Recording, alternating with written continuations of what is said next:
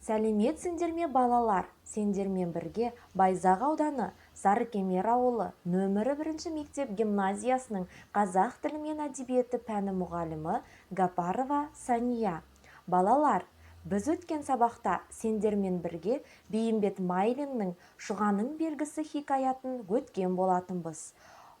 Олай болатын болса, бүгінгі сабағымыз адам жанының құпиясы бөлімі бойынша Бейімбет Майлин «Шұғаның белгісі» хикаяты Шұға мен Әбдірахманның армандары деп аталады. Сабағымыздың мақсаты көркем шығармалардан алған үзінділерді шығармашылық жұмыстарда қолдану. Бүгінгі сабақта үйренетінің «Шұғаның белгісі» хикаятынан алынған үзінділерді түрлі шығармашылық жұмыста қолдана аласың. Олай болатын болса, сабағымызды бастамастан бұрын мына сұрақтардың төңірегінде ойланып көрші. Шығармада көтерілген басты мәселе: шығарма кейіпкерлері кімдер? Шығарманың «Шұғаның белгісі» аталуының себебі неде? Шұғаның өліміне кім кінәлі? Әбдірахманның орнында болсаңыз не істер едіңіз? Қазіргі қазақ қыздарының тағдыры Шұғамен салыстырғанда қандай деп ойлайсыңдар? Жарайсыңдар балалар, мен де сендермен толықтай келісемін. Ендеше мына бейне көрсетілімге назар аударыңдар. Жанымда жарқылдаған жайдарлымай, жаутаңдаған өзіңнен айналдым ай.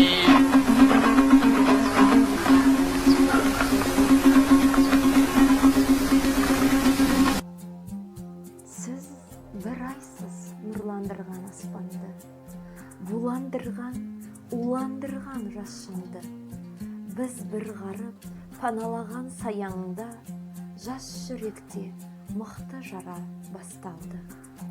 Кірді нұрын, отты жақты ішіме, көтерем деп сен алмаймын күшіме. Бірінші зар шықты тілден мұңданып, бұдан бұрын айтылмаған кісіге. Минут, сағат, күндік, айлық қол емес, тілейтінім, жүдейтінім ол емес. Көрсе қызар, антын бұзар қылжақ бас, тұрлауы жоқ, әсіре қызым мен емес. Бейне көрсетілімді көріп болған болсаңдар балалар, мына сұрақтарға жауап беріп көрейік. Қай шығармадан алынған үзінді көрсетілді? Үзіндіде қандай оқиға суреттелген? Қандай сезімнен туған өлең деп ойлайсыңдар? Дұрыс айтасыңдар балалар. Бұл Бейімбет Майлиннің «Шұғаның белгісі» шығармасынан үзінді болды. Бұл үзіндіде Әбдірахманның Шұғаға деген сезімі, махаббаты суреттеледі. Яғни Әбдірахман Шұғаға қолы жете алмай, армандап, осы бір өлеңді жазған болатын. Олай болатын болса, бүгінгі сабағымыз Әбдірахман мен Шұғаның армандарына арналады. Ендеше мына тапсырмаларға назар аударыңдар. Берілген сызбаны пайдалана отырып, екі дәуірдің қыздарын салыстырып, баға беріңдер. Дескриптор Шұғаның замандастарының арманын жазады. Қазіргі қыздардың арманын жазады. Шұға замандастарының іс-әрекетіне баға береді.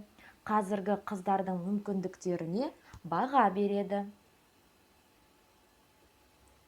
Олай болатын болса балалар, өздеріңді тексеріп көріңдер. Жарайсыңдар балалар, тапсырманы дұрыс орындадыңдар деп ойлаймын.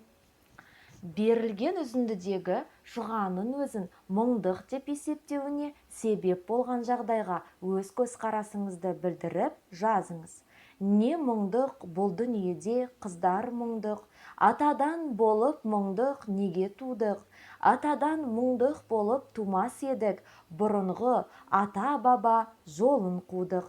Дескриптор үзіндінің мағынасын түсінеді, мұңдық сөзінің мағынасын ашады, болған жағдайға өз көзқарасын білдіреді.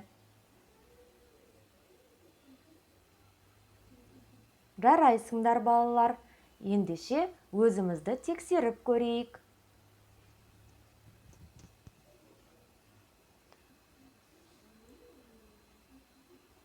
Олай болса, келесі тапсырмаға назар аударыңдар. Берілген үзінділерден кейіпкерлердің арманын, тілегін тауып жазыңыз. Дескриптор үзіндіні түсініп оқиды, кейіпкер арманын жазады, кейіпкер тілегін жазады.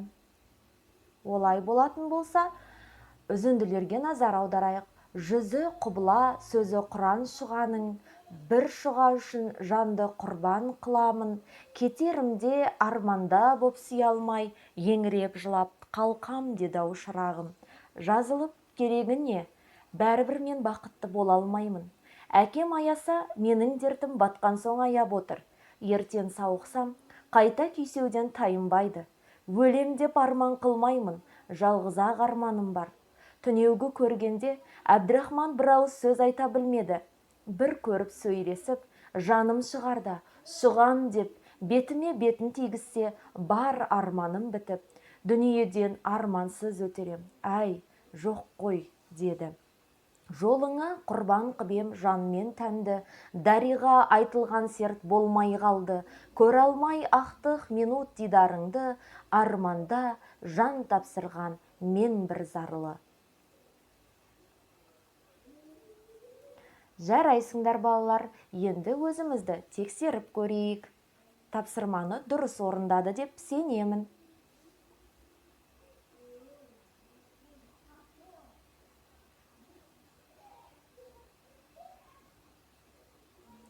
Жарайсыңдар балалар, өте жақсы. Біз бүгін сендермен бірге Шұға мен Әбдірахманның армандары туралы білдік. Назарларыңа рахмет, сау болыңдар.